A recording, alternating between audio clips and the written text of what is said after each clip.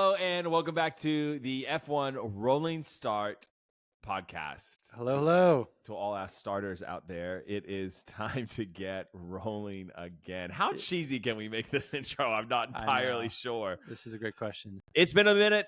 Ben and I have been a little bit absent. I had a second child and it's kicking my butt. Yeah, as second children tend to. Yeah. It just throws everything out of equilibrium for a little bit. It does. You're also recording a prolific series around homelessness and how people can be a part of change. That's also been kicking my butt. Homeland to be released, which we will definitely be pumping on here as well. Yeah. Very exciting. We have lives outside of F1. It's so strange. And that's like not even our real jobs. Like you have a real job, I have another real job, we have families, we have kids. Parenting's not my real job. You're right. No. But F1 is a passion. I was telling him before this is good for our souls. We're back in the studio. I mean, literally, we're doing a recap episode. Yeah, it's a very special episode. Special episode. Kind of the first stint of this season. This season first third. What, 24 races this season? 24 races. We're 7 in. We're a chunk in. Yeah. My goodness. So much has happened. I was going back through, looking at everything that's happened, and there's just cataclysmic shifts and incredible, things that have gone on so far this season. So yeah, looking back, recapping some of that, bringing us back up to speed for those who may be just joining the season so far. It's what we're doing tonight. And what's really cool is that this season started honestly in a really boring way. Oh, it was just going to be a repeat. It was going to be exactly same thing as last year. Red Bull came out with a new car, and it was dominant over the entirety of the field. Even it looked more. like everyone was still tripping over their shoelaces. And McLaren was kind of out of it. Merc was like, we're just kind of sandbagging. And then they actually show up to the race, and you're like, you're not sandbagging. You suck. Literally. And we're watching the broadcast, and for 15 minutes out of a race, they're trying to make the fight for P11 and P12 exciting between a Williams and an Alpine. This was multiple races. And Alpine. Like it was shocking how concerned we were for the season, because it was. I felt bad for Red Bull sponsors because Max was never on the broadcast because he was just out there by himself. Talk about being in no man's land. The guy was in out of this world. Now, literally, I mean, it was a leisure ride. And here's the thing. It wasn't just like that the other teams were having a hard time. Crofty was having a hard time. Yes. That you're making your boy have to amp up and jack up fights for P12, P13. And, it was one of those moments where so many of the folks attached to the sport are like, this isn't really great. This is boring. There's no action. There's no drama. At least on the track. 100%. I mean, Crofty literally took races off this year. He wasn't even commentating. He wasn't at the last one. No, he wasn't at Imola. He was missed. He was missed. Oh my gosh. I was like, I literally started with quali. I was like, who the hell is this other guy? I felt wronged. I was like, I need to get what's the most British thing I could do right now? I need to go get a glove and slap the Sky Sports person across the face and say, "You're never allowed to do this again." Never. It was Leave terrible. Now and don't come back. No. Thank God for Alex Jakes on the F1 side. You don't get him, but he's actually kind of fire. I love me some Alex Jakes. Well, okay, so let's start with Red Bull. So Red Bull comes into this season. They do. They've got 3 drivers' champions underneath their belt. Yep. They've got 2 constructors in a row. Mm-hmm. And they start the season, and it's starting to look like they're heading for their 4th. It is a repeat of what happened with Sebastian Vettel. Yes. And all roads lead to the Red Bull.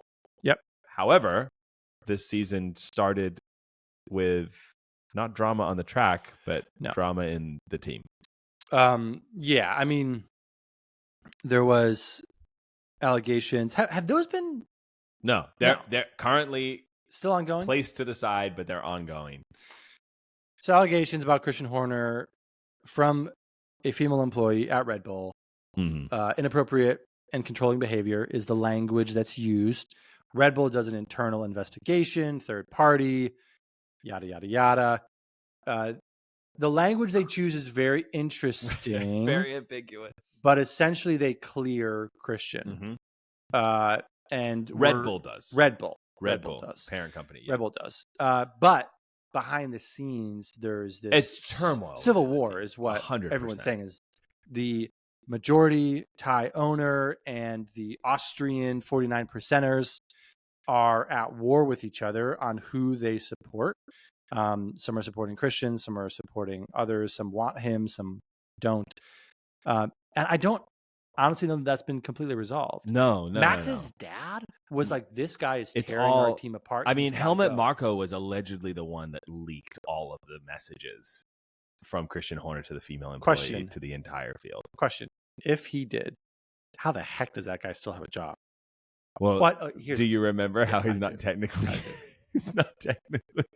Yes. And then there was an investigation into him. When he called Sergio lazy because he's Mexican, Red Bull very quickly took his Red Bull jersey away for at least 2 full weekends and made sure that he was known as a consultant and not an employee of Red Bull. Helmut Marko is a time bomb, just waiting to explode. Exactly. I think for me, I'm looking at, Red Bull. They're F1's bad boys. They're the marketing geniuses, the ones that revitalized the sport. And Rebels. Now they're a scandal-ridden soap opera. And I'm looking at Adrian's out, one of the most prolific car designers ever. Helmet's hanging on by a thread. Every week, everyone's saying Max is going to break his contract. Well, they're saying that he has talking to every other team on the grid. They're saying he has a helmet clause. If Helmet goes, he has the option. I think he actually might have an Adrian clause too. There are sources that are alluding to that, but they're from Italy, so we don't know if we necessarily. Weren't the Italians the ones that broke? Was it? It wasn't the Christian story. They break all the news a little too early with none of the facts, but then something gets released after that clarifies. No, the Italians broke, I think, the Hamilton story that he was moving to Ferrari. Well, that makes sense. Of course. But I mean, but is the dynasty crumbling? Well, hang on a second. Your team principal, there's still ongoing investigations. Your star driver is having to maneuver between landmines every press conference. His father has been very vocal in how he feels. There's a potential Helmut Marko clause, and Adrian. What the words people use about Adrian is that he is the most important person in F1, period. Ever. And you just lost him. Yes. Like, if that's not, foreshadowing of the challenges within that team, I don't know what is. Yeah.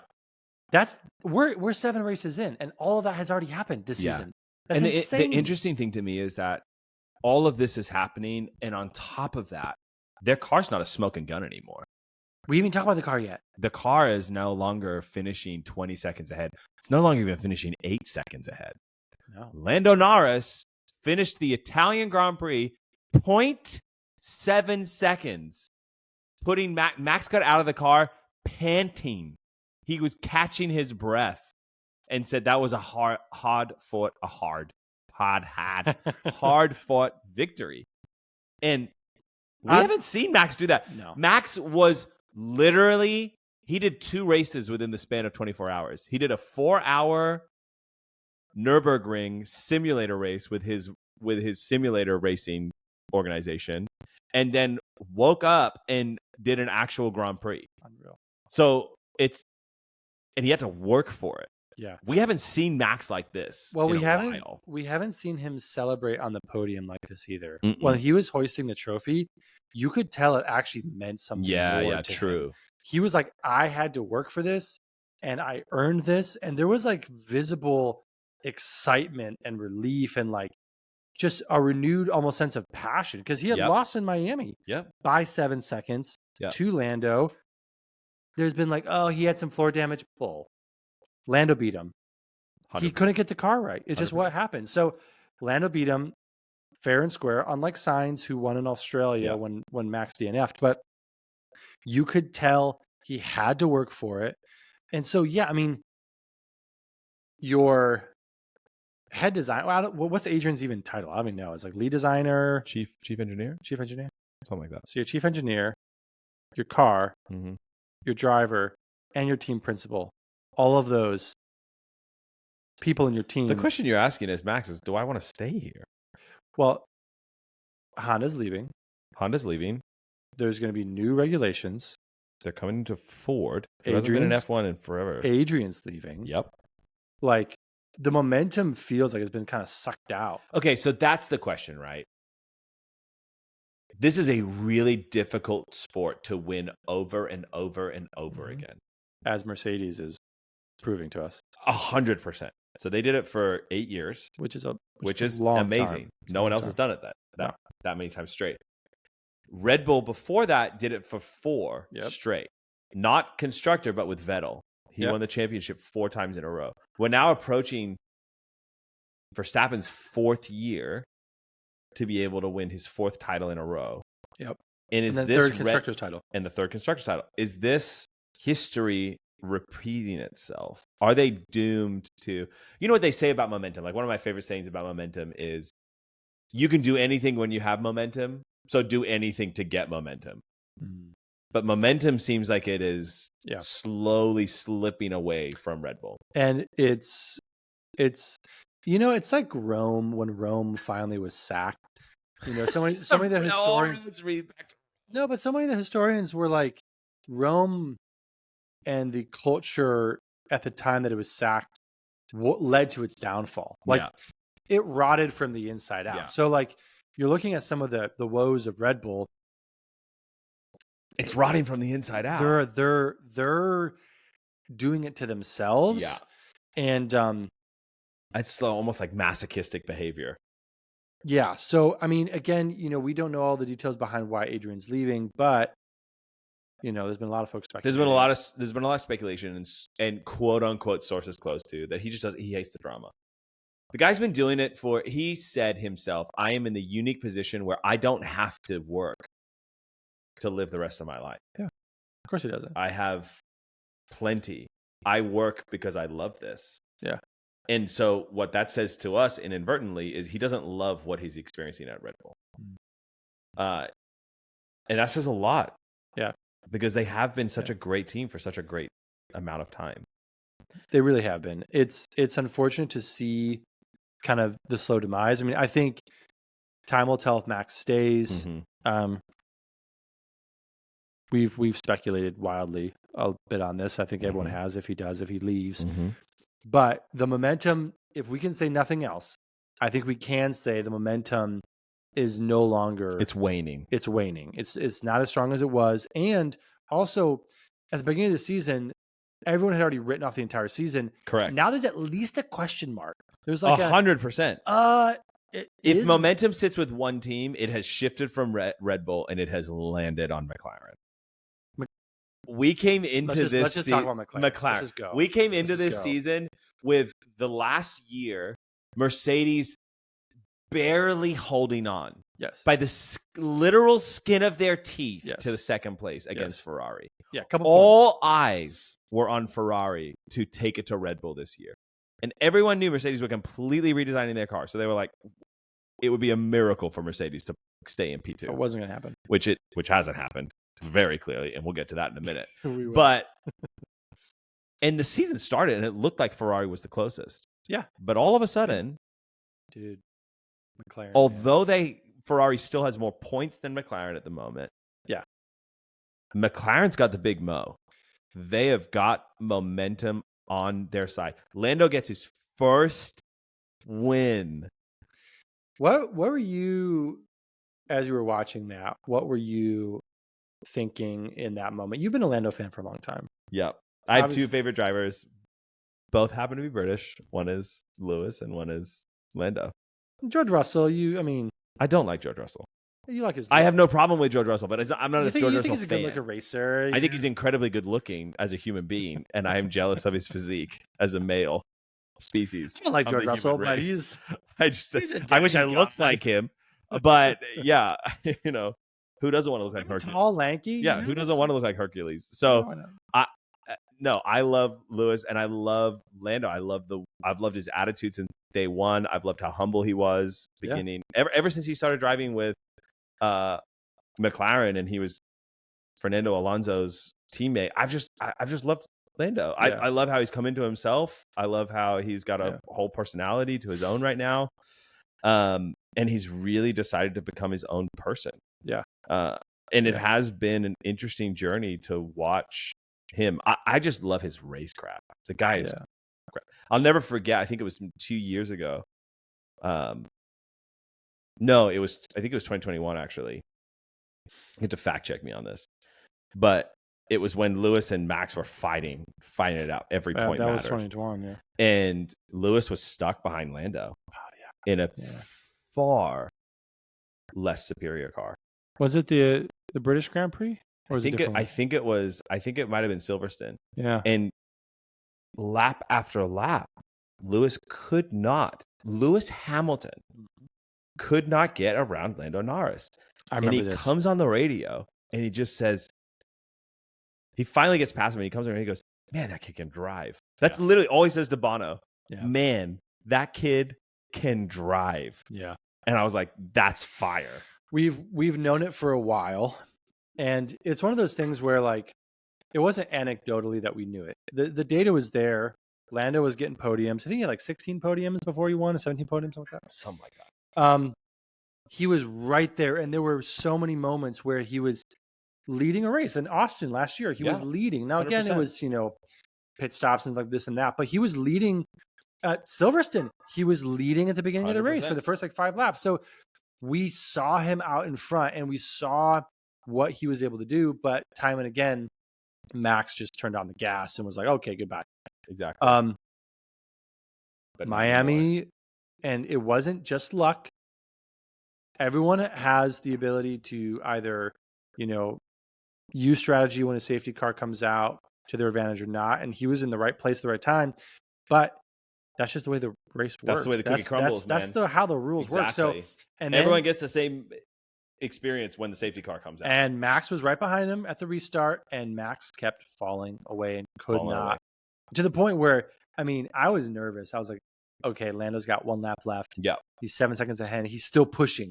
And everyone's like, dude, just hold up a little. Like, don't go into the wall. But yeah, it was incredible to see him take it to Max. And then the next week, photo finish, he's 0.7 seconds behind. 0.7. Closing on Max. Almost takes it again. I was standing up during that last lap at the Italian Grand Prix. I was nuts. 7-8 laps to go, and they were like, wait a second.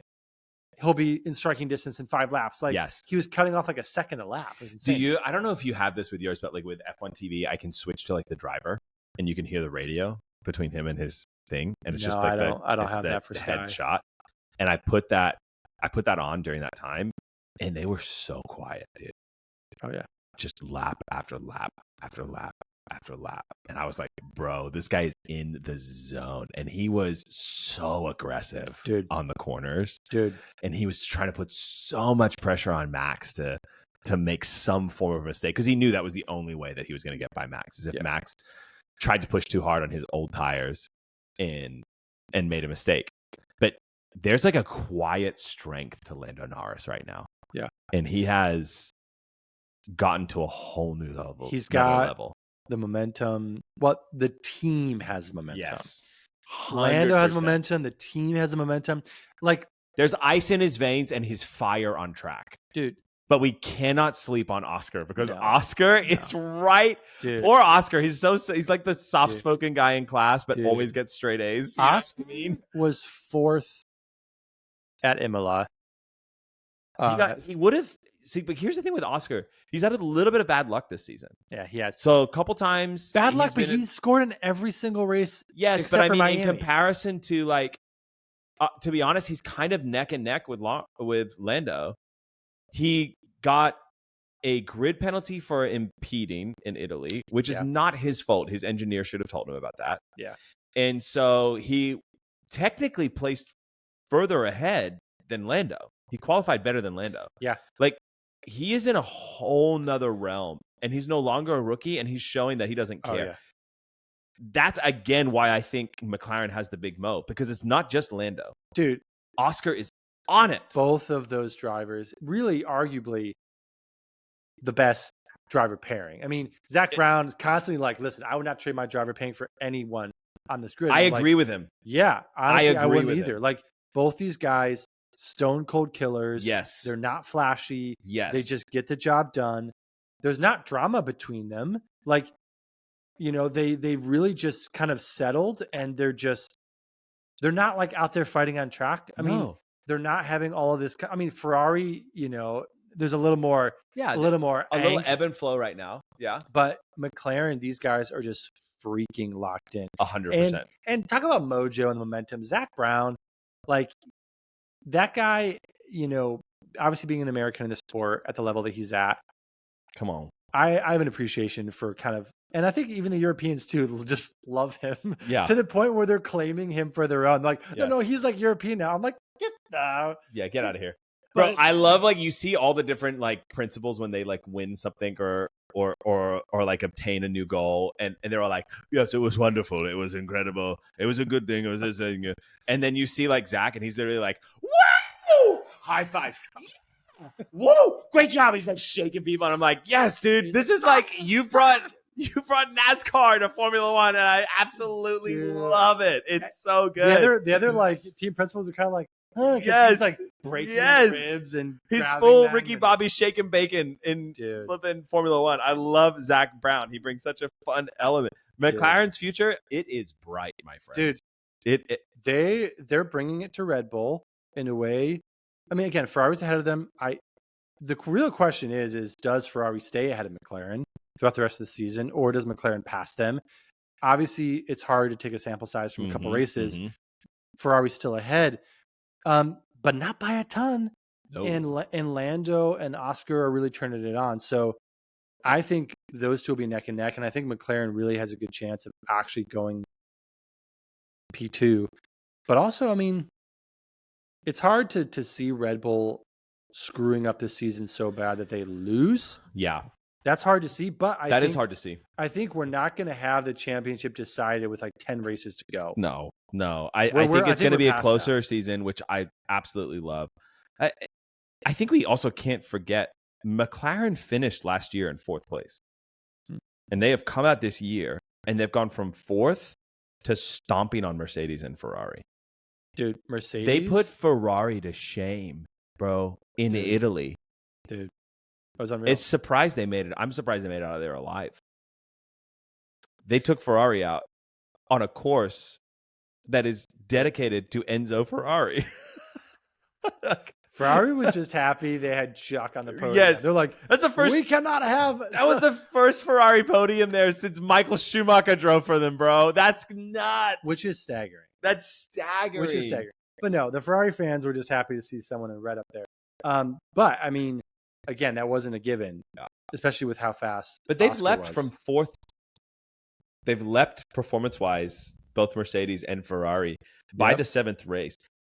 Oh, yeah. And they're not done developing this car. No. Like, it's bonkers. We haven't even gotten to, like, Barcelona, where they all bring all of their new upgrades. Like, it's going to get nuts. And for context, because context is key. We love a good context. It's so important to remember that there was a few seasons ago when Alpine had beaten McLaren. Yes. Now we'll get to Alpine. I don't know if you want to go to Alpine now or we go to them later. Let's go to them later. But just for context, like McLaren has just ascended and Alpine has descended into the depths of 100%. The belly of the beast here. But yeah, McLaren, they've got the mojo, they've got the drivers, they've got the leadership, and they've got the freaking car. 100%. And if we remember back to last year, last thing I'll say about them is they had the slowest car at the beginning of last season. Oh my gosh, it was actually depressing. That was last season. We're not talking about 10 years ago. It was like season. Watching Alpine this year. Was like watching what they dealt with last year. No, I'm actually think about it. They came out and everyone was like, "What happened?" Remember the Drive to Survive episode where Zach Brown got sat down by Google and like two of his other main sponsors and was like, "Hey, we want to know what's going on because we've invested a lot of money." I in that moment felt such a level of anxiety. And you see this, you see like the Zach just kicks into gear. He kicks in. God. And here's the thing. I think he knew this day would come. And he just knew he had to get the right people in the right place, give them the right tools, and let them go. And that's really what he says he's done. It's just like this. I just put the right people in the right place. They've 100%. done the work. And I mean, dude, I'm glad they locked down their drivers too. 100%. Especially with the driver market being as funky as it's been this year. Like they've locked their drivers down, they've locked their team down, and they've got a freaking killer car. So 100%. Okay, so technically we should go to Ferrari right now, but I want to do a little bit of a tale of two teams this season so far. Let's do it. And so if McLaren's on fire, Mercedes is in the mud. Yes. They are stuck. And it's... We've talked about it now for a very long time. Mm-hmm. What else are we going to say? I mean, McLaren's on a heater. Everything they touch turns to gold. Mercedes, everything they do. Mercedes is more like Mercedes mess. Dude. They are absolute garbage right now. They can't catch a break. Every move they make is a misstep. Yes. Every single time. Absolutely. From top dogs to lap dogs. Like, it's embarrassing what they're doing. They used to dominate the field, and now they're popping champagne and high-fiving each other when Lewis and Russ make it to flipping Q3. Dude, what are we doing? It's insane. I don't understand it. Toto doesn't understand it. The drivers don't understand it. The team doesn't understand it. It's incredible to kind of watch the sport because really you're watching folks in a fishbowl. There's really nowhere to hide. 0. You're seeing all of the anxiety, the stress, the emotion in real time. And I don't know what they need to do to understand their car because they don't. And it seems like they've been trying everything. I mean, look at the points. Red Bull's at 268. Ferrari's at 212. Mm-hmm. Very respectable gap. Yep. McLaren has really stepped it up in there at 154. Mercedes is at 79 points. Half of McLaren, essentially. Yeah. Less than a third of Red Bull's points. Like, it is insane to see how it's hard to fathom it. The mighty have fallen. It is an embarrassment. It's pathetic for a team of their caliber. And we didn't even talk about the fact that since we're recapping the season, they started the season off with an absolute shell shocker of a move from Lewis Hamilton, where Lewis says, "Yeah, I don't have any confidence in this team anymore. We are not going to turn the corner. We are not going to progress. And Ferrari's a better bet for me." Which obviously it is right now because Ferrari is 100%. The reality is that they've switched the concept. They're chasing Red Bull's car from, by the way, last year, and they keep saying, you hear it it's a phrase that they've coined in a marketing meeting. I guarantee you, because I've heard multiple of their team members say it. We found out North Star, and we know how to develop this car now. I don't believe it. They keep saying it over and over again, but it's more like they're lost at sea. Yeah, they have no idea where they're going. It's cloudy. They can't read the stars. No. They're desperate for a comeback. Yeah, and Mercedes needs a miracle. I don't know if they're going to get it. I don't know if they're going to get it. They've gone from the feared giants to the underdog that nobody believes in or even knows exists. Which this is why I think we love the sport so much, is because fortunes can change so quickly. And no one's safe. Yeah. Nobody's safe in this sport. Team principals aren't safe. Drivers aren't safe. Yep. You know, I mean, there was one point where freaking Alpine was chopping heads left and right at their top staff. And so it's such a cutthroat sport because 100%. the margins are so narrow. Yes. And, you know, we're saying Mercedes is lost in the woods when they're maybe a lap behind, that's how far they're behind. But because the margins are so absolutely razor thin, that equals lost in the woods. Yeah. They're literally I think Lewis said they're a half second behind in race pace and 3/4 of a second behind in quali, which seems like you actually can't even blink your eyes that fast. And no, I'm trying. That's the difference. That's the difference that you make. I just think it's interesting to me in this sport that you can go from the boogeyman. Lewis Hamilton in 2021 went from, I think it was 18, somewhere between 18th and 20th on the track in Brazil to win the race. Yeah, I remember this. That is insane. You can do no wrong at that point. To just another team hoping that they can sweep up points like Williams right now. Like that, Mercedes, when they go into a weekend right now, whether they admit it or not, are banking on the fact that either Ferrari, McLaren, or Red Bull will have some kind of a problem that they can take advantage of. Yeah. Whereas everyone for years at a time were coming in hoping that they would DNF. Mercedes would DNF, or Mercedes would have an accident, or Bottas would do something stupid and he wouldn't qualify well. And now they're the ones, they've gone from hunter to hunted. Well, yeah. I mean, it's one of those things as well. They no longer control their own destiny. And you hear this in baseball or football or basketball. When a team's in the driver's seat and they're able to control their own destiny, there's a certain confidence and a certain kind of cockiness you walk in 100%. Where you're like, hey, we're going to come into your house, we're going to own you because we control our own destiny. But when you're at the mercy of someone else losing so that you can get a playoff berth, you're so much more timid. There's so much more anxiety. There's so much more kind of just fear. And there's no confidence. You're like, no, you have to wait for someone else to mess up to actually get where you want to go. And that's where Mercedes is at. Is they do not control their own destiny. They are at the mercy of others' mistakes. Yes. To have a good result. And again, like Russ and Hammy, like excuse me.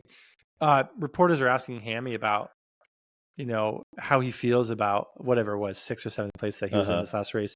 And he literally, like, you can tell the guy's done. Yeah, he's done. He's like, what? It was 6th place. What are we talking about? Why are we talking about this? And it's because he knows that he's looking at all the other teams. He's looking at everyone else on the grid. And he's like McLaren and Ferrari, who are on a winning streak right now. And then he's looking at himself and he's like, my team can't even find the starting line. Mm-hmm. Like we don't even know where to start from. Mm-hmm. We're coming into the weekend with every single race weekend with our fingers crossed, hoping that we figured it out. Yeah. I mean, the image that comes to my mind is like, when a player's past his prime and he goes to like a subpar team, but he's there just to kind of keep playing. Yeah. It's Kimi Räikkönen at Alfa Romeo. Yeah. That's literally what we're talking about. But the team didn't change. And the racers didn't change. No. It's like they all, however many thousand Mercedes, just became a different entity. They didn't go somewhere else. They just lost the thing that made them dominant.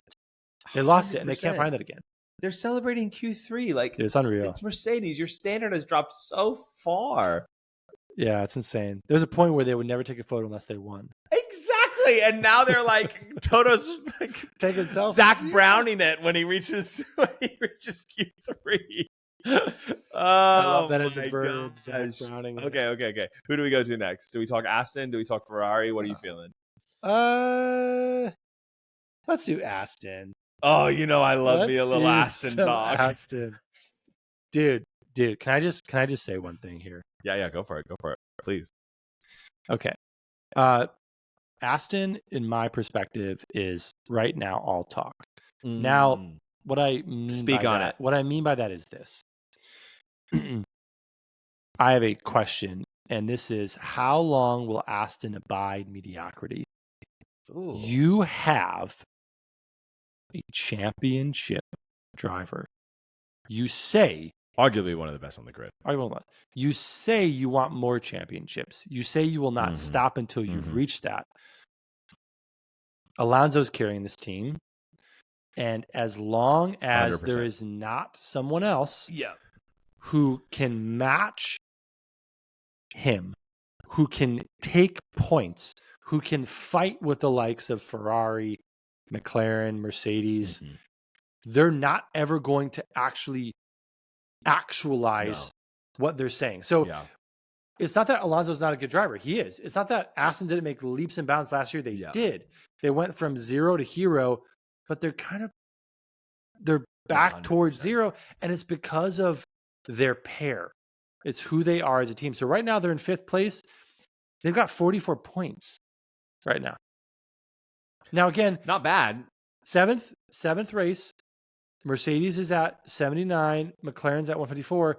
But again, remember how competitive they were so early on last year. And so for me, until you actually ask yourself, as the team does, do we want to win a championship or don't we? With their current driver setup, they're not going to win championships, period. Long as Stroll's there, it's not going to happen. So until you actually get rid of him, you are just all talk. And you're not going to make what you're saying a reality. Yeah, I mean, Aston Martin should be duking it out with McLaren right now. They're not. They have just as much funding, just as much incredible talent within their factories and their engineering departments. But no, they're stuck in an endless loop of disappointment. Yes. Aston Martin should be rivaling McLaren, but they're flirting with failure. Like it is. I like the flirting. Yeah, it's they've not went Alpine on us yet. They had a killer start to last year, like an insane start. Well, let me rephrase that. Alonso had a killer start to last year, and they picked it. They flopped in the middle of the season. They picked it up, and now it's the same old story. Can their world championship desires and aspirations? It's one thing, Ben, to have a vision statement on a wall. It's another thing to tell the world at your car release that we're going to be world champions. Yeah. And we're putting the funding behind it. Yeah. And when you're big and imposing and a billionaire, people tend to believe you, especially when you're wearing that great green. It. But how many... when you wear the green? They've got a great color. Oh my god, color livery. Yeah. It's fantastic. All roads lead back to the question of, do you have the right drivers? No. And the answer is no. If they had someone even close to Alonso's level last year, their points tally would have skyrocketed. But Lance Stroll is not delivering. If you extrapolate out, what we're looking at this year, put Oscar Piastri in that car. You're done. You're done. You'd be beating Mercedes right now. Second year in the 100%. I mean, put Lando in that car, put Oscar Piastri in the car, put Sergio Perez in that car. Yes. Put freaking Sainz in that car. Yes. Put freaking Gasly in that car. Or Ocon. I mean, Ocon. Dude, I would take any driver, probably except like Guan Yu Zhou or Zhou Guan Yu. Yeah. And say, they would do better than Stroll. Yes.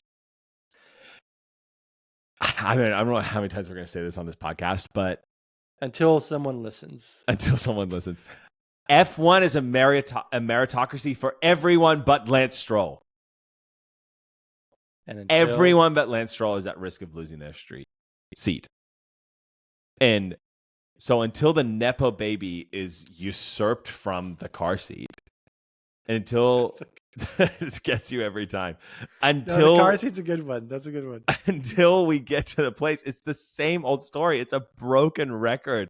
It's just a different year. Yeah. It's now 2024 instead of 2023, instead of 2022, instead of 2024, like one in 2020. And like he's been in F1 forever. I feel like the scene from Zoolander when Will Ferrell's like, I feel like I'm taking crazy pills.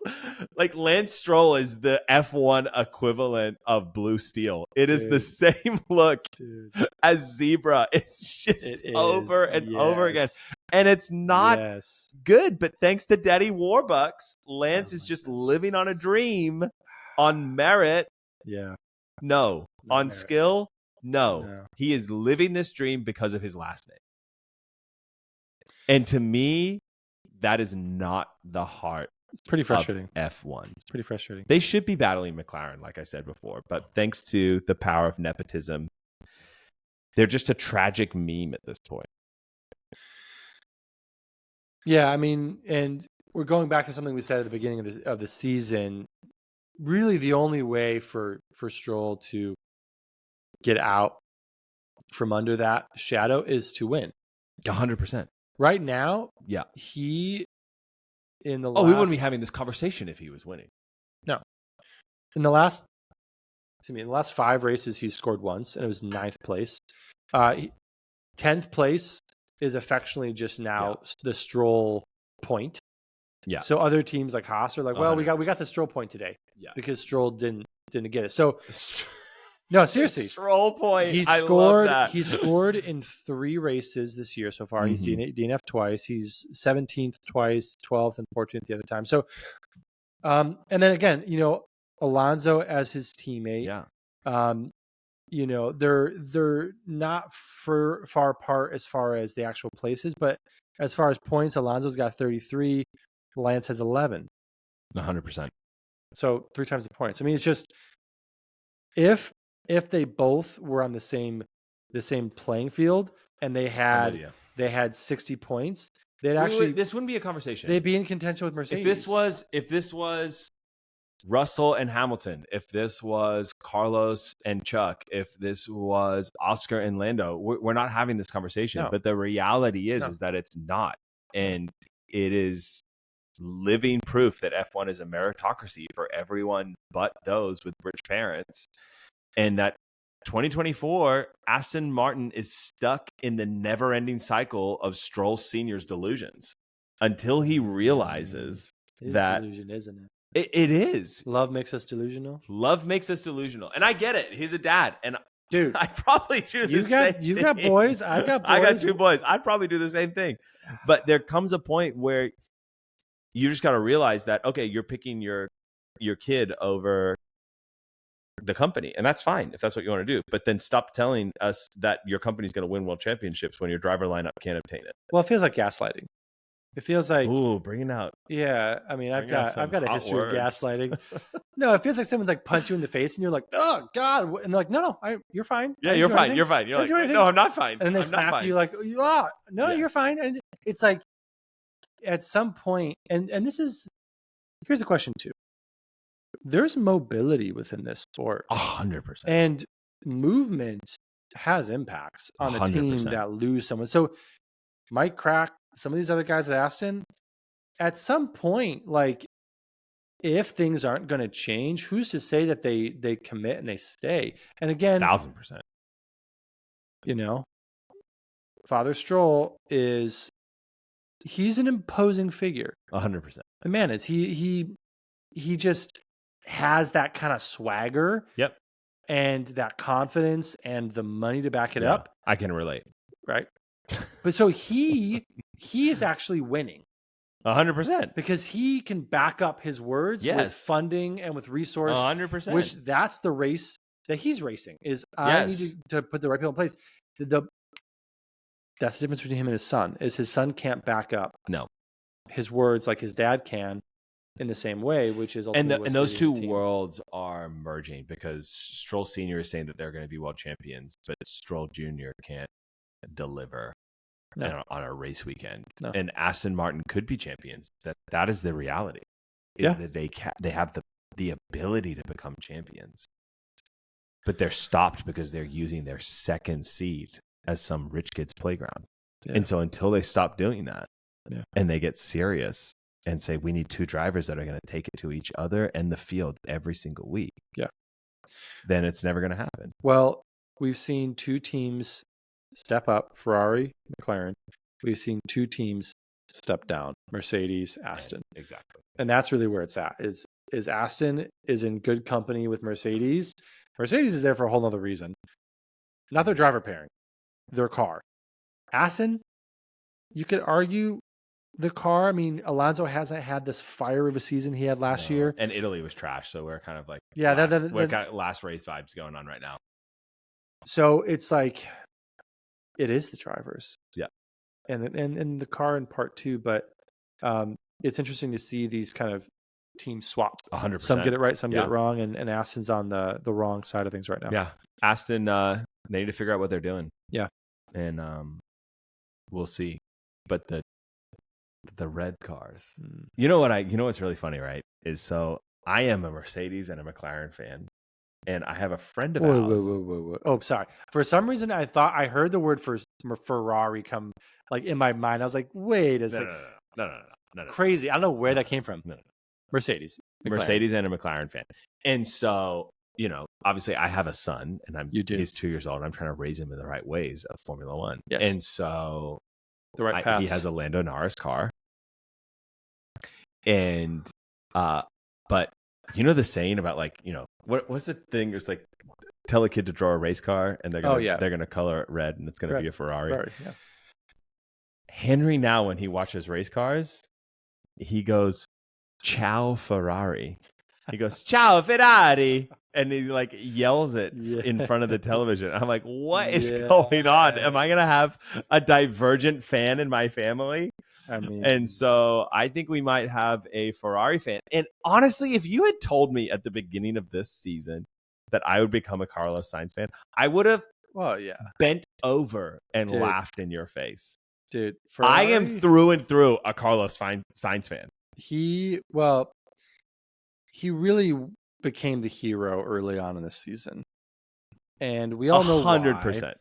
Because he got booted for got booted again. Which is literally the story of Carlos Sainz's story of his life.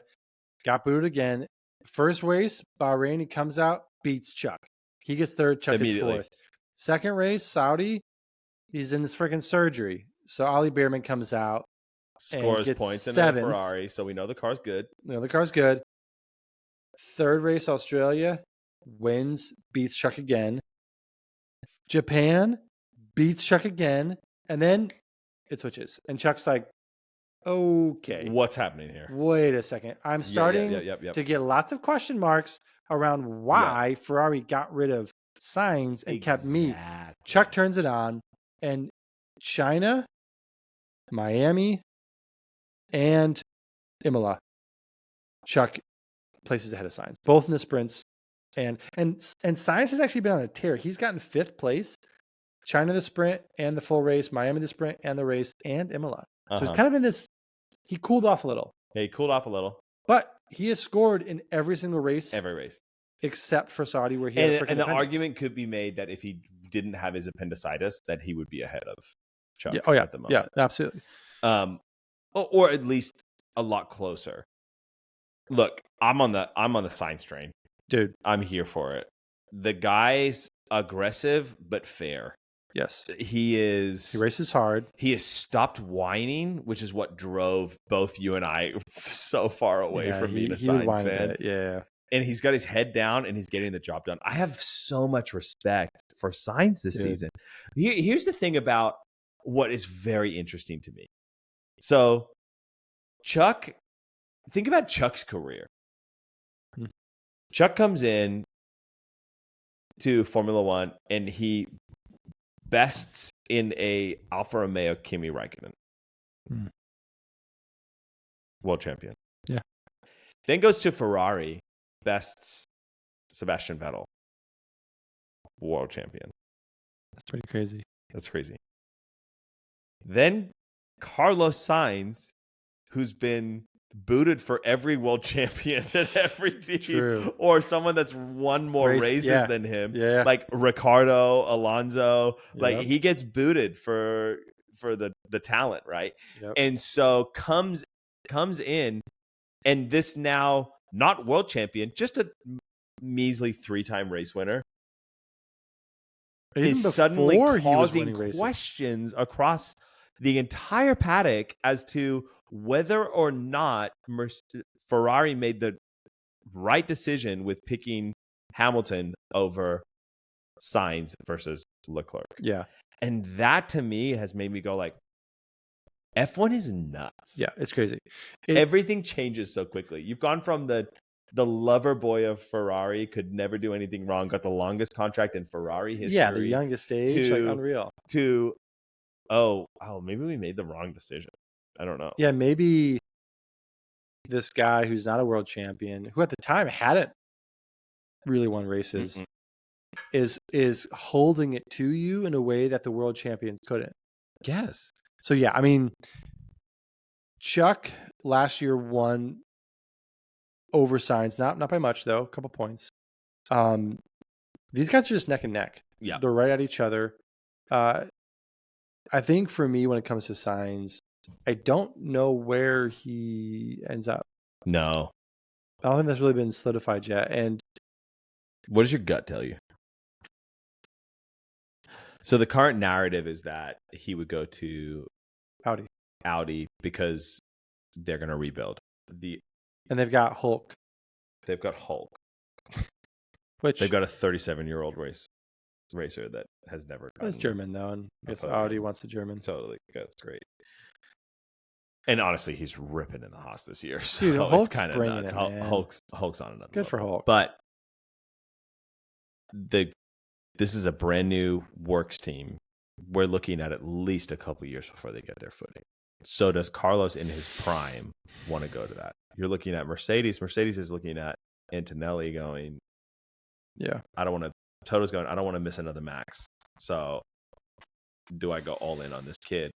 Carlos is then going, well, I'm not going to go to Mercedes for a 1-year contract for 2025, which we all know is going to be trash for Mercedes. Yeah, he'll play 6th and 7th. Exactly. We're looking at Red Bull. Red Bull says they can't beat Audi, which means it's probably not a money thing. It's a term thing. Yeah. So it's a length of time that Carlos wants because he wants time in a team. Yeah. I honestly don't know where he's going to go.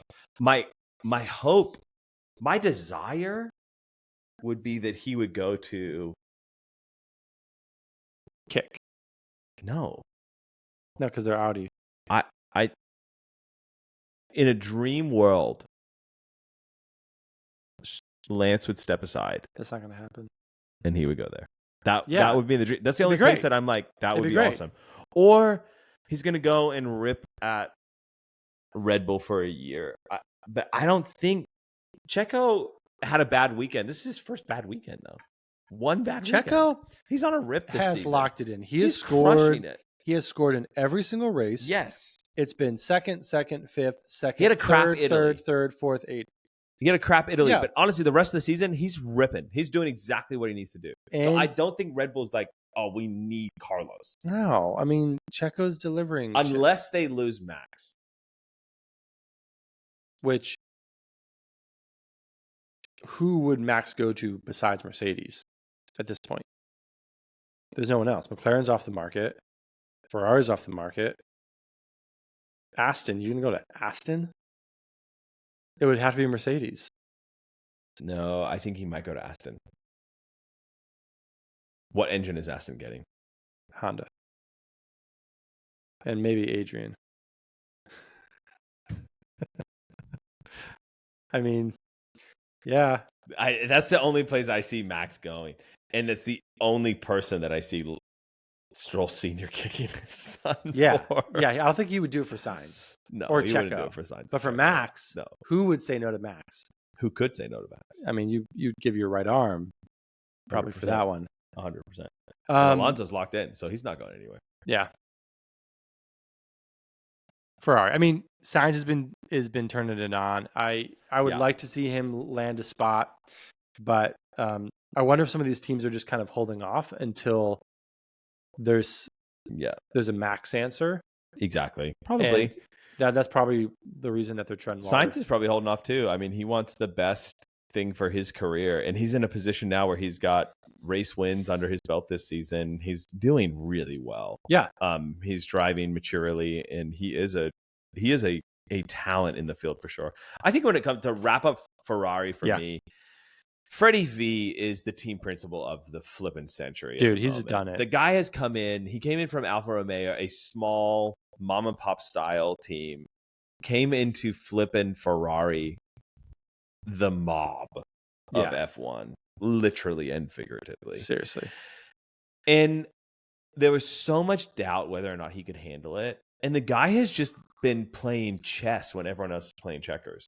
He gets Lewis. It's now on the... They should make a statue of him. 100%.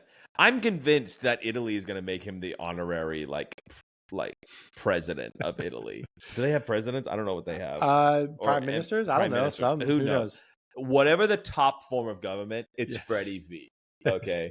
The French man who brought Italy glory again. Dude. Because honestly, he has brought Ferrari out of the ashes like a phoenix. and he really has taken it to the front of the field again. And he is relentless and he's not stopping. I love it. It's not like he's this tall, dashing Toto Wolff or this like, he's this chunky little Frenchman who eats too many croissants. We love him. And he laughs a lot and makes a ton of jokes. And when Lando wins, he dons a McLaren hat, has a bottle of champagne, and is celebrating 100%. With McLaren. I mean, the guy is a true F1 enthusiast, sportsman, and also just phenomenal at his job. Oh my gosh, I love Freddie V so much. I want to hang out with him. Dude, I really want to hang out with him. I think he'd be a riot. Okay, so Ferrari's doing its thing. We love Ferrari. Man, we gotten through a lot. Okay, so V-Carb, which everyone was calling RB at the start of the year until Visa Cash App Racing Bulls got cranky and they were like, "Hey, we spent hundreds of millions of dollars for you to be your sponsor, so maybe you should actually say our names." Yeah, say our names. RB. And so V-Carb, dude, man, Yuki, they're turning heads. 2023 season total points for the entire season was 25. 2024, 7 races in, they've got 20 points. Yuki's got 15, and he's right behind Alonso. Yuki is tearing it up like a tornado in a trailer park. Dude, he's doing his thing, man. Absolutely sensational. No one can stop the force. I was not always a Yuki fan. Nor was I. Even this season, Danny Rick's like, what the heck is going on? What is happening? You're trying to crash into me on a cooldown lap? Yeah, but did you see his pace in Italy? It was nuts. Yeah. What he was doing with that car. Now, granted, that's 15 minutes from their factory, and they put him in old cars and made him run that course over and over and over and over and over again. So he has some time put into that track. He understands it better than most. But man, he was ripping. Dude, Yuki has turned it on, and I think there's a maturity we're starting to see. And it doesn't like come out on the front door and kind of meet you in this grandiose way. It's just putting in the time and actually seeing the results. Again, they almost have as many points as they did for all of last season. And as of right now, 2024 constructors, they are behind Aston.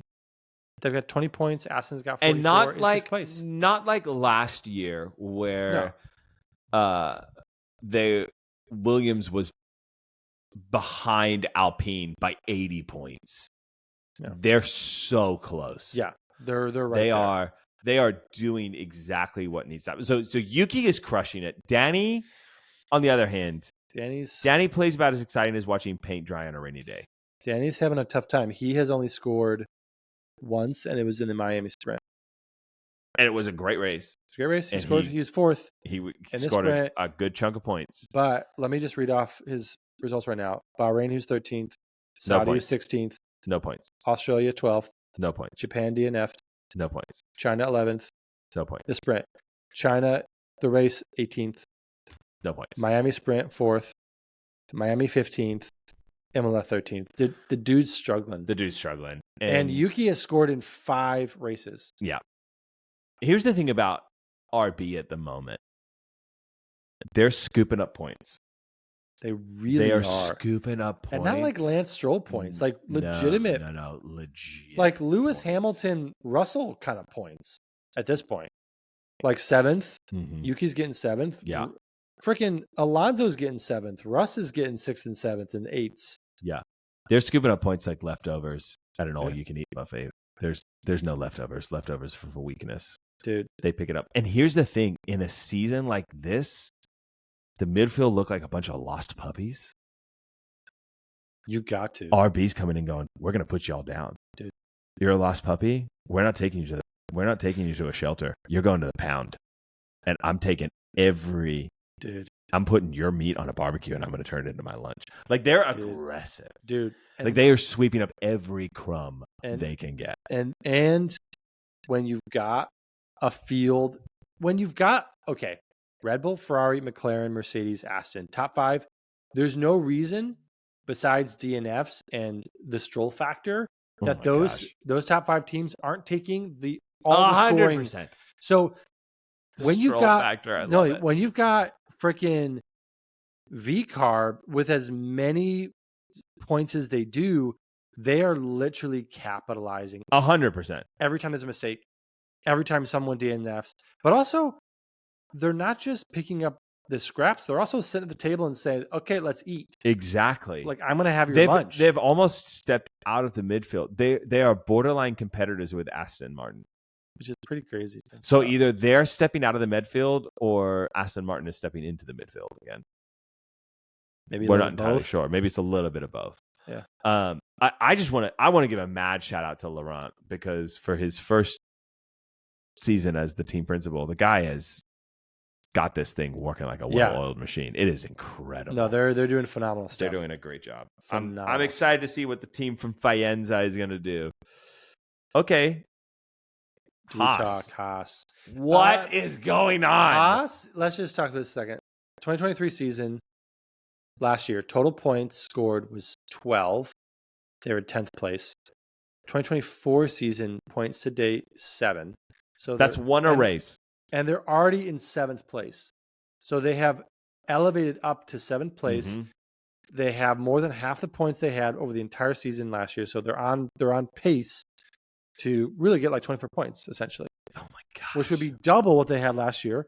And Hulk has scored in 4 races so far.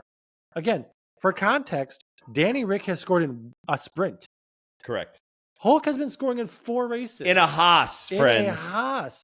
So, and then again, with Haas, the Bearman looks as if he'll be coming to Haas next year. Hulk is out, going to Audi. So it's an interesting story with Haas because it's a bit of a really is a double-sided coin because Hulkenberg is doing really well this season, and part of that is on merit, and part of that is teamwork. Mag's been Magnussen a team player. Has more penalties than a Kardashian has Botox injections at the moment. He has a lot. He has been not by his own decision. He has been the team player. Yeah. Beyond. And what's really unfortunate, he has nothing to show for it. He scored once, 9th place in Australia. But then everything else is 12, 11. Actually, sorry, he scored 10th in the sprint in China, but doesn't get any points. No, yeah. The thing for Mag is that he is the reason why Hulk has so many points is in 50% of it is Magnussen's teamwork. And which I wonder if they're like, listen, Hulk's leaving, your seat's safe, Bear's coming in. Like maybe but why would they have given him a contract then? No, but here's my thing is I wonder if there's conversations where it's like, hey dude, team player, like we got you next year. Like you're hanging with us next year. Because Hulk's not gonna be there.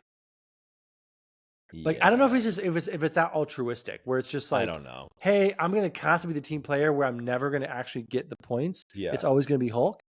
There's gotta be something in it for him besides, hey, just be a good teammate.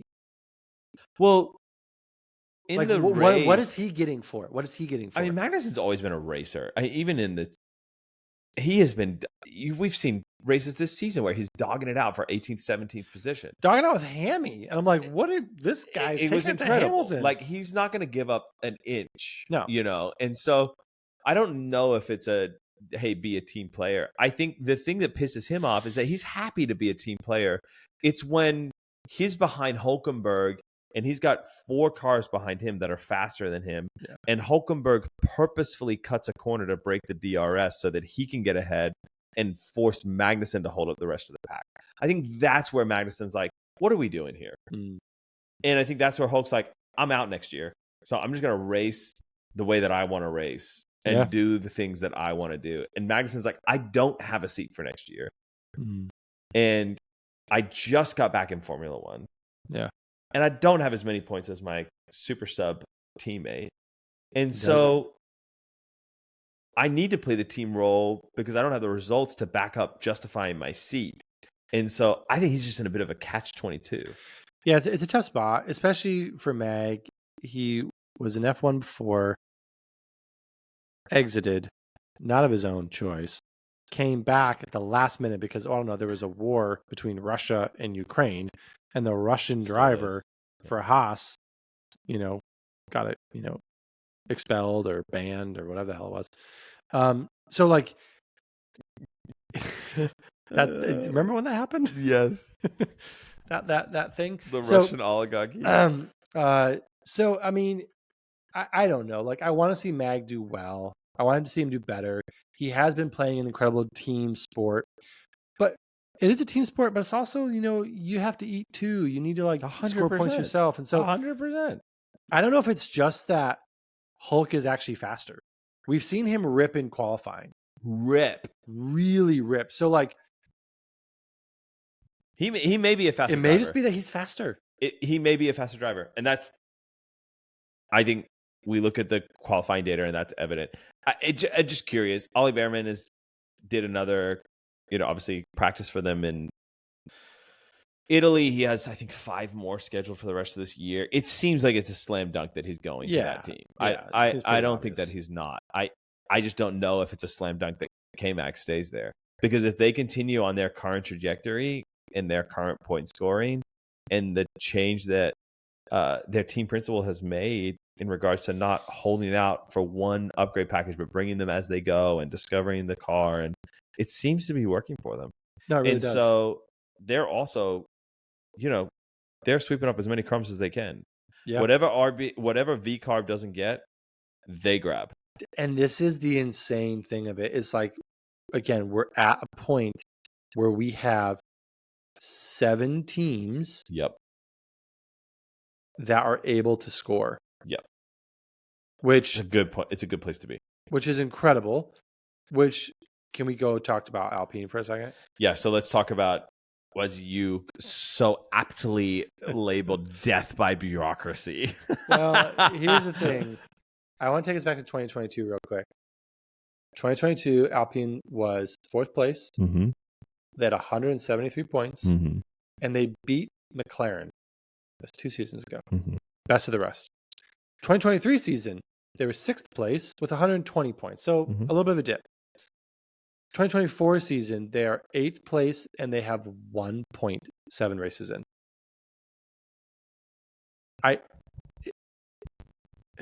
They have decided to structure their team in such a way. Mm-hmm. They have gotten rid of their team principal halfway through a race weekend, for God's sake, when they announced it. They have again and again made incredibly bureaucratic, asinine decisions. Mm-hmm.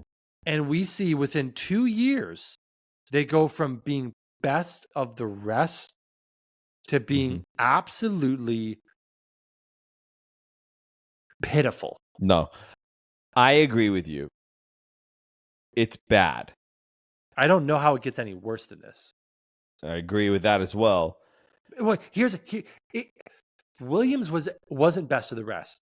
Kick wasn't best of the rest. These other teams that they're now swimming in the same waters, they're not on the same level as these guys. They're not. Williams, it's been a minute since they've been actually serious contenders. When you go from being 4th and then in 2 years you are 1 point and Haas is ahead of you. Yeah. How does it get any worse than that? Let's pump the brakes for a second, okay? Dude, I get it. The sky has fell. The sky has not fallen. Okay. It has fell. They are a customer team of themselves. And their engine sucks. Their engine sucks. We know this, right? They are one of the only ones on the field. It's them, Ferrari, and Mercedes. Yeah. Red Bull powertrains, who's buying that? It's a Honda engine. Get out of here. It's It's all a lie. Okay. They did 4th in 2022, according to your data that you pulled. We'll fact check it later. No, it's real. It's absolutely real. When was the last time Haas was 4th? I mean, never. Right. When was the last time Sauber was 4th? I'm going to say never. Uh-huh. What's the point? They don't know how to get there. They've never been there. When was the last time Williams was 4th? Very long time ago. Very long time ago. Very long time ago. Very long time ago. These guys are only 2 years away from being there. They've made a bunch of changes. Whether you like it or not, this team has been operating by death bureaucracy since the flipping beginning. Like, this is how Alpine has operated forever. Something's different, though. They've won championships. They have won. We're talking about Alpine. We're not talking about Haas, which started in 2008 as a flipping American wet dream of Gene Haas. I'm telling you, this is Alpine. Is different about this time. I don't think it's going to be 2 years and they pivot back. I think 2026. I don't think they're going to be at the back of the field. This is uncharted territory for them. Dude, this is not where they normally live. Why are they here? What poor decisions? Okay. But those poor decisions can be corrected. Are those poor decision makers going anywhere? Yes. They're all fired all the time. What are you talking about? But I'm not saying it's right. I'm just saying that's how Alpine works. Deep state French bureaucracy. Alain Prost, the flipping one of the greatest drivers in F1 history, was part of Renault for a long time and left because of the bureaucracy, because he said it can't be run like this. Yet they went on to win races after that fact. Whether it is the way that I would do it is irrelevant. I don't think that we are looking at a future Haas, a future Kick, a future. Well, my point is, we're not looking at that you, just like Mercedes fall to where we're popping champagne when we get into Q3 is significant. It's significant because of where they're falling from. Mm-hmm. So that's my point, is Mercedes has fell from the dominance to we're excited to get into Q3. Mm-hmm. That for them is earth shattering. For Alpine, going from 4th to 8th with 1 point should be that same level of earth shattering, because they've been there. Like you said, they've been there. They know how to win races. They know how to actually get things done. But I think my thing is, at some point, the bureaucracy that they've always had, there's been other mitigating factors or personalities that I think have resulted in those seasons. Otmar, I think, was a big part of it. 100%. So you get rid of leadership some of these people is a huge part of who it. have their finger in the dam. You remove them, and you feel the full weight of the bureaucratic nonsense that's always been there. But at the same time, you look at, they're so motivated. Even look at these last 2 races. They've shaved a ton of weight off the cars. They have shaved some weight. And they have increased their performance. Uno point now. Exactly. I mean, we're only 7 races in. Like, it's a 24 race season. Dude. If they continue on this rate, I'm gonna say this: if they end with double-digit points, I'll get you a bottle of something nice. A bottle of something, Gatorade. No. I'll get you a bottle. It has to be, within a certain price point. But dude, I'm telling you, I have no if they win in double points. Okay. This is it. If they win in double points, you're going to be a bottle. And if they don't, I'll get you a bottle. Sure. I think they will win in double points. I do not have any confidence. They have 1/10th place. Everything else has been outside the points. Some of them very badly outside the points. I just don't. The way that you're pitching it is that 2022 they ended in 4th, 2023 they ended in 6th, 2024 they're in 8th, 2025 they're going to be in 10th place, and I don't see that. I see that we're looking. No, we're looking at a midfield team, a top of the pack team that just is. Hang on a second. 8th is misleading. They've been it's 100% misleading. 8th. It sounds like they're just taking 2 points down. Like, having 1 point in 8th now, it just means that you have more than 0. It means you have more than 0. So it is misleading. The fall is from best of the rest. Yes. The fall is from you beat McLaren. I get it. Okay, let's talk about the zeros then. Let's talk about Williams and let's talk about Kick. Can we just say what the hell is going on with Williams? Dude, they're done. But they got Alex for another few years, so that's Does fun. Alex want to be there? Apparently, no one forced his hand to that flipping contract. But here's the question: where's he going to go? Who's going to take him? I know there's rumors. I guarantee you, he could have gone to Kick. Audi over maybe Williams. But here's the thing: Audi doesn't want Alex; they want Sainz. They don't want Alex; they want Sainz, right? They want a race winner. Alex is a talented racer. He's has the unfortunate problem of being with Williams right now, and Williams is in a rebuild. We'll call it rebuild. They're in the same place that, to me, they're Aston just further down the field. They should have come out. They should have. Why? They should have. They're doing the same thing that Aston's doing. Exactly. They also don't believe in meritocracy. Wow.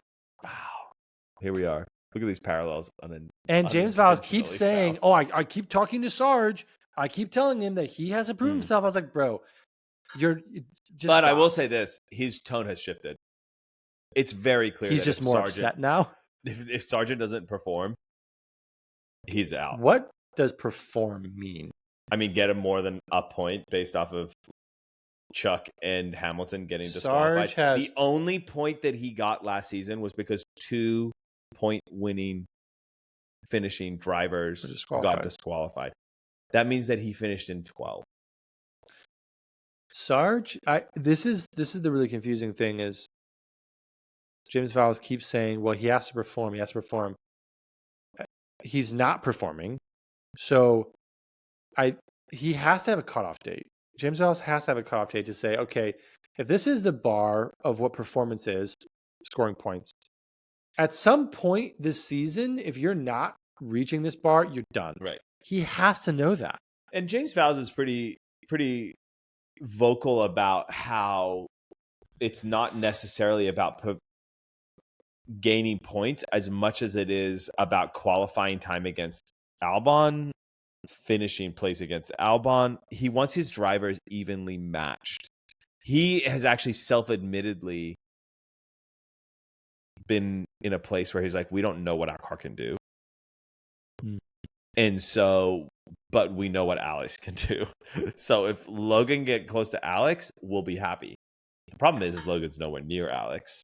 No. Logan has not only poor qualifying, poor race, but also just has terrible luck this season. And yeah, I mean, Miami was unfortunate for Logan. Bad. He got hit. That wasn't his fault. That sucked. It set up the safety car, which gave Lando the edge. But yeah, I mean, both Albon and Logan have had DNFs. We forget Australia. Logan got the boot. Yep. Albon wrecked in quali or in practice, I think it was. Yep. And then the team gives Logan's car away out from under him. I mean, they're a mess. It's not just the drivers this season. The team is in disarray. We talked about it. They didn't have a chassis. A car, dude. You're like, wait, you're a car. You're a car team. This is what you do for your living, and you don't have an extra one. Literally. And not for the first race, not for the second race, not for the third race, not for the fourth race. Oh, we're at the fifth race. We're still looking at I think with Bondo on it. Last year, 2023, they were in 7th place, 28 points. This year, obviously, they're in 9th with 0 points. They're just ahead of Kick. So, I mean, obviously, we're only 7 races in. When we talk about momentum, when we talk about mojo, when we talk about kind of energy, last year, Williams had it. They had it. 100%. This year, it's a black hole of deep, dark night. And 100%. All the energy is sucked out. There's nothing. Our expectation is that we would have continued the battle that we saw last year into this year, which was Williams and RB, formerly known as AlphaTauri, battling it out. AlphaTauri did what they needed to do. They did. And now they're battling it. They hopped. They're now chasing. They've left Williams in the dust. And Williams is slowly slipping back again. The thing for me is like, is this Williams forever now? And that's sad to think about. I mean, we talk about how some teams are able to make these massive shifts, but I think Williams' problem is the infrastructure. And James Vowles has been talking about this. They're not an Aston. They're not a Mercedes, a Ferrari, a Red Bull. Their infrastructure is outdated. They are having a difficult time just producing the parts that they need. And so I don't think Williams turns a real corner until they actually are able to update their infrastructure, which I don't know with the cost caps what ability they have to do that. I don't think it's a cost cap thing for them. I think it's a finance thing. I don't know if they're they have just the ability to do it. They have it's not like Aston, where Aston's like, all right, we're building the 3 new buildings. Sure. They're like, I don't know if we can do that. And so we'll see. Okay, let's end on Kick, soon to be Audi. Honestly, okay, they got Hulk. The question is, who's getting the boot? Is Bottas going to Williams? Is Zhou going anywhere? I think one of them will be out of F1. I agree. It just is. Well, as far as like a resume, Bottas has a stronger resume. He's won races. He's been part of championship teams. He just has a crappy car. Mm-hmm. So I don't see Zhou him. has the China factor. He does. Toto Wolff said that China is 80% of Mercedes market for cars. That's significant. Pretty large chunk.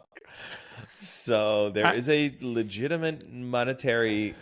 I mean, F1's finished the race, and he didn't place first, second, or third, but he had a place on the grid for his car to park. Hometown hero. I mean, there's a huge market. It's a resurging market in that country. It's a miracle that in a communist country, the race was sold out within 20 minutes. It's crazy. It's almost like the government could have maybe bought all the tickets. Who knows? Who knows? I mean, here's us the thing. Not getting invited to China next year. Yeah, we're not getting invited. If I go, I'm gonna wear a Taiwanese flag on my chest. We're not getting invited. I mean, here's the thing. I would love to see both those guys stay. 100%. They race hard. They don't have a quick car. No. So they're constantly at the back, and we haven't really. Wait, you want to see both of them stay? I said 100%. I don't know if I want to see. I'd like to. I think I'd like to see them stay. I mean, if I play it out with who's coming into the sport, I mean, if you take that Antonelli, who might take a Williams seat, so then what, does Bottas go back to Mercedes for a season? He might actually do that. It's a nice paycheck. There's familiarity there. Yeah, 2025 is going to be a bit of a fluff season for. Yeah, Mercedes says, "Hey, come back for one season, then go retire." I don't know. I feel like if the question is who gets the axe, to me, I lean towards Zhou. Guan Yu Zhou he hasn't won. He hasn't really performed much in F1. So, in comparison to Bottas, he has nothing. Yeah, no. Bottas has the wins. Bottas has the following, the everything. Yeah, he's got the resume for all that. He's got the mullet. The season this far has been interesting. Yeah. It started out so depressing and has... We were both having a hard time. I agree. I was crying a lot. And was Toto, so was Sammy, exactly. So was Russell. The last 2 races, Miami, Italy, have really proved as a turning point for this season. There truly is blood in the water, as you said, like gods bleed. Yeah. And when the gods bleed, the people frenzy. Dude. And I'm Ferrari, McLaren, they're there. I mean, in Italy, qualifying, there were 5 individual racers who all could have taken P1. 100%. That's where the sport needs to be. 100%. And beyond that, there's actually really good racing up and down the grid. Yeah. I am loving it. Yeah. And so I'm really enjoying this season. Monaco comes up next, which is unfortunate because it is the jewel in the crown and the most boring race in the F1 calendar. And if there's rain, it becomes even more boring.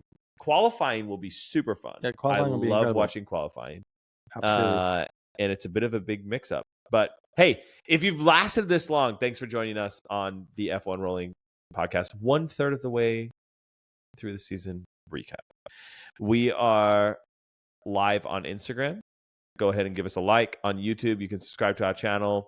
And then if you want to join our F1 Rolling Start Fantasy League, I don't want to talk about it. You are absolutely welcome to do that. I recently went from 5th to third place. I know. And Ben is in last place. I'm in last place. It's pretty much last place. In comparison to me, he is a loser. Oh, we also didn't talk about how in Miami, the weekend that Lando won, who visited him. Oh, it was Trump. Incredible. I went and I visited the loser. Okay, he was many Grand Prix, but before I visited him, he had never won a single Grand Prix. I don't know, my people are looking into it, but I'm pretty sure that my inspirational speech made him win a Grand Prix. Oh my gosh. Trump wins Grand Prix, friends. Isn't Trump in a court? If you're in Mar-a-Lago and Trump's there, he's going to come see your F1 car. Okay. Fact. Anyway, hey, subscribe. Seriously, it'd mean the world for us. Drop us a comment. Reach out to us. We'll chat. All things F1. See you, folks.